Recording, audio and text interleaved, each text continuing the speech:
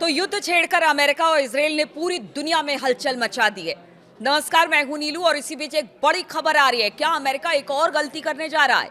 अमेरिकी राष्ट्रपति Donald Trump ने कथित तौर पर पश्चिम एशिया में doomsday nuclear command plane E-6B भेजे हैं।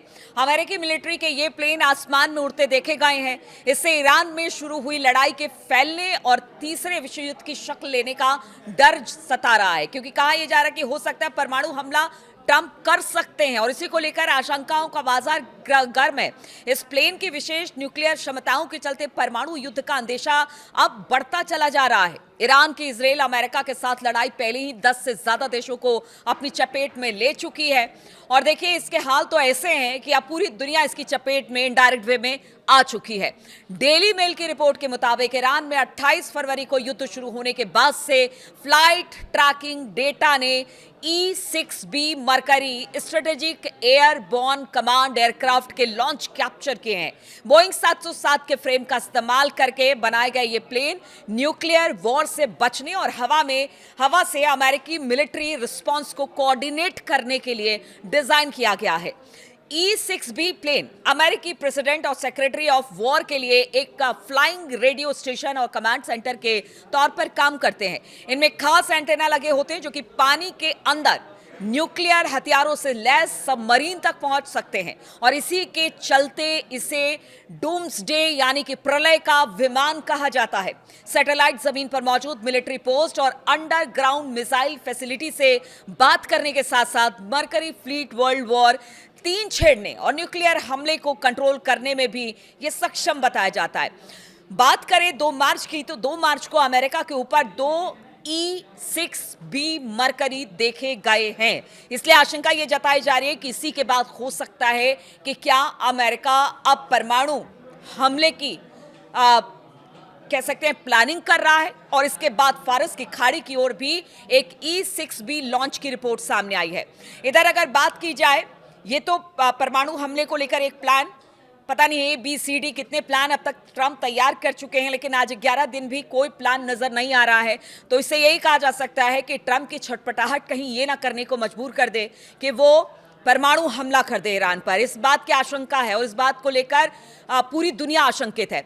इधर अगर बात की जाए ईरान पर, तो ईरान पर पिछले 1 हफ्ते से आसमान से बमबारी करने के बाद अब अमेरिकी कमांडो ऑपरेशन करने की तैयारी में है। अमेरिकी खोजी वेबसाइट एक्सियोस ने इस बात की जानकारी दी है और कहा है कि कुछ अधिकारियों के बातचीत के बाद उन्होंने इस बात की जानकारी दी।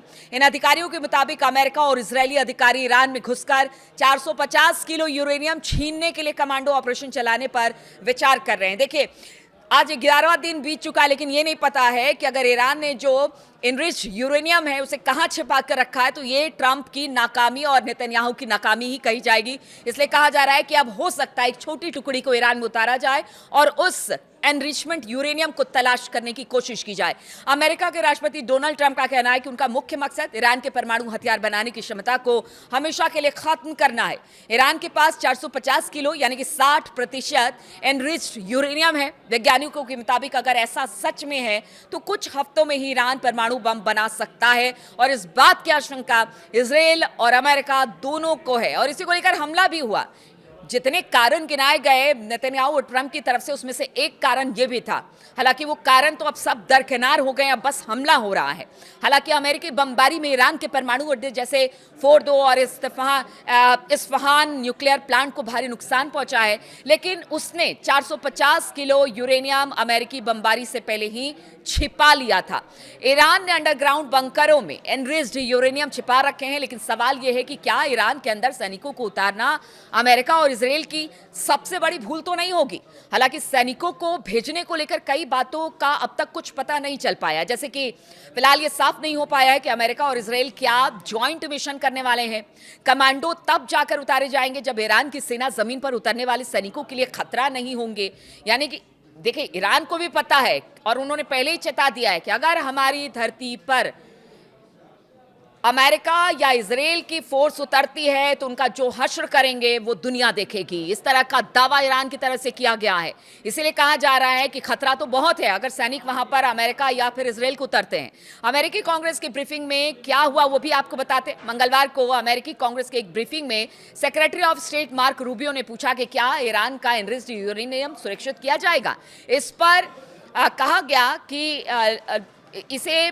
इसे लेना होगा क्योंकि ये बहुत ज़रूरी है, इसे अपने कब्जे में लेना होगा। लेकिन ये नहीं बताया गया कि जाने वाले लोग कौन होंगे। कब्जे अगर किया जाएगा कब्जा यूरेनियम पर तो वो कौन लोग होंगे जो इसे अपने कब्जे में करेंगे। साथ ही इजराइल के एक सुरक्षा अधिकारी ने कहा कि डोनाल्ड ट्रंप और उनकी कोर टीम एक खास मिशन को अंजाम देने के लिए ईरान में स्पेशल ऑपरेशन यूनिट भेजने पर गंभीरता से विचार कर रही है। वहीं एक अमेरिकी अधिकारी ने कहा कि ट्रंप प्रशासन 2 विकल्पों पर विचार कर रहा है, ईरान से मटेरियल को पूरी तरह से हटाया या फिर साइट पर इसे वहीं पर यानी कि जहां पर ये रखा है उसे डाइल्यूट किया जाएगा। न्यूक्लियर एक्सपर्ट को ले जाना होगा इसके लिए, क्योंकि ये छोटा मोटा तो काम है नहीं, ये मिशन तो बहुत बड़ा है। और इस मिशन में शायद इंटरनेशनल एटॉमिक एनर्जी एजेंसी यानी IAEA के वैज्ञानिकों के साथ स्पेशल ऑपरेटर भी शामिल होगा। और इस मामले की जानकारी रखने वाले 2 जो भी अधिकारी हैं उनका कहना है कि देखिए इस तरह के युद्ध में अगर ट्रंप या फिर नेतन्याहू जॉइंट ऑपरेशन अगर दोनों देशों का होता है तो, और नहीं होता है तो फिर क्या आगे की संभावना बनती है ये देखने वाली बात होगी। लेकिन इस वक्त 2 खबरें बड़ी प्रमुखता से है। एक तो परमाणु हमले की तैयारी की बात अमेरिका कर रहा है और दूसरी तरफ अपने फोर्स को ईरान की जमीन पर उतारने की बात कर रहा है। लेकिन जिस तरह की स्थिति इस वक्त बनी हुई है ईरान, अमेरिका और इजराइल के बीच में, क्या ये पॉसिबल होगा?